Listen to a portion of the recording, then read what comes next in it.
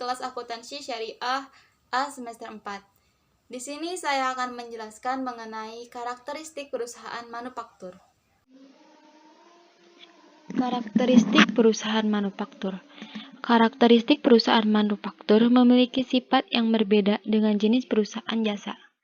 Konsep perbedaan karakter ini menjadi salah satu hal yang menyebabkan perbedaan strategi keduanya. Salah satu strategi yang mempertimbangkan masalah karakteristik perusahaan manufaktur ini terkait dengan penetapan konsep 4P dalam pemasaran mereka, yaitu meliputi produk, price, place, dan promotion. Lalu selanjutnya, yaitu terdapat beberapa karakteristik perusahaan manufaktur. Yang pertama, produk yang dihasilkan bisa dilihat secara kasat mata atau memiliki wujud.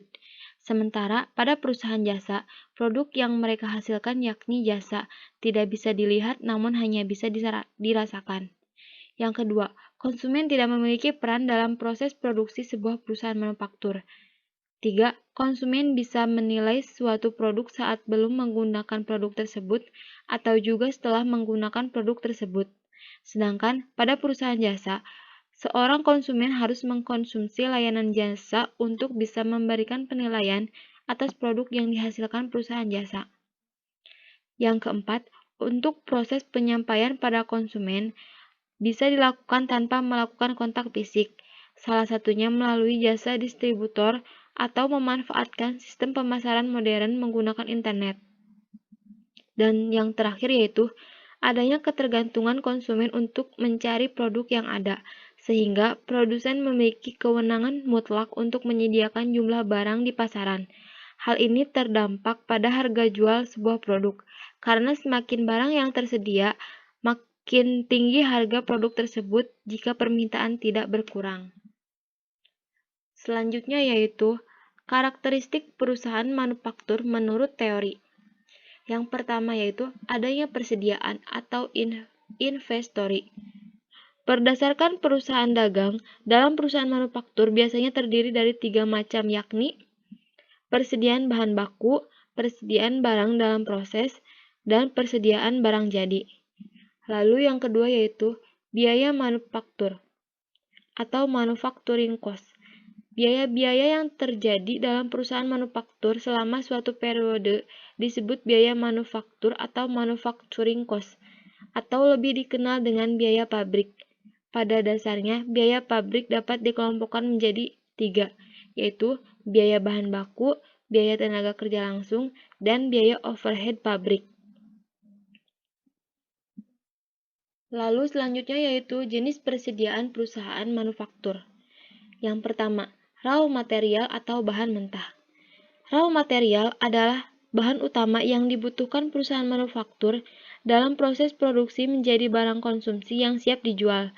Perkiraan persediaan ini sering disebut sebagai persediaan bahan baku atau persediaan bahan dalam perlengkapan, menunjukkan harga pokok pada bahan baku dan perlengkapan pabrik yang akan digunakan dalam proses produksi. Yang kedua yaitu work in progress atau barang setengah jadi.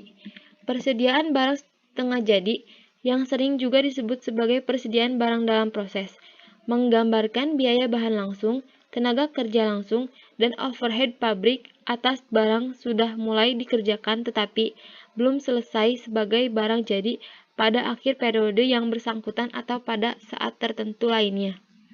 Dan yang ketiga yaitu finished goods atau barang siap jual. Barang siap jual adalah barang yang telah melalui proses produksi dan siap dijual ke pasaran. Perkiraan ini sejalan dengan perkiraan persediaan barang dagangan dalam perusahaan dagang. Barang yang telah dijual selama satu periode tertentu dikeluarkan dari perkiraan ini dan menjadi bahan produk yang dijual. Lalu selanjutnya yaitu dalam perusahaan manufaktur umumnya dibagi menjadi 2 jenis biaya. Yang pertama, biaya produksi. Biaya yang terkait langsung dalam kegiatan produksi. Tanpa adanya biaya produksi, maka tidak dapat menghasilkan produk atau jasa yang akan dijual kepada pelanggan, yang terdiri dari biaya bahan baku langsung, biaya tenaga kerja langsung, dan biaya overhead pabrik. Yang kedua yaitu biaya non-produksi. Biaya non-produksi adalah biaya yang tidak melekat langsung pada produk yang dihasilkan. Dalam perusahaan manufaktur, biaya non-produksi terdiri dari yaitu biaya pemasaran dan biaya administrasi umum. Dan yang terakhir yaitu perilaku biaya. Perilaku biaya adalah bagaimana biaya-biaya bereaksi terhadap perubahan aktivitas dalam perusahaan. Perilaku biaya ini membagi menjadi 3 jenis, yaitu biaya variabel. Biaya variabel adalah biaya yang berubah apabila terjadi perubahan aktivitas. Yang kedua, biaya tetap adalah biaya yang selalu tetap atau tidak mengalami perubahan meski aktivitas mengalami kenaikan atau penurunan.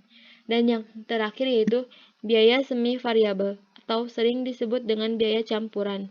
Adalah unsur biaya yang terdiri dari komponen biaya tetap dan komponen biaya variabel. Terima kasih atas perhatiannya. Wassalamualaikum warahmatullahi wabarakatuh.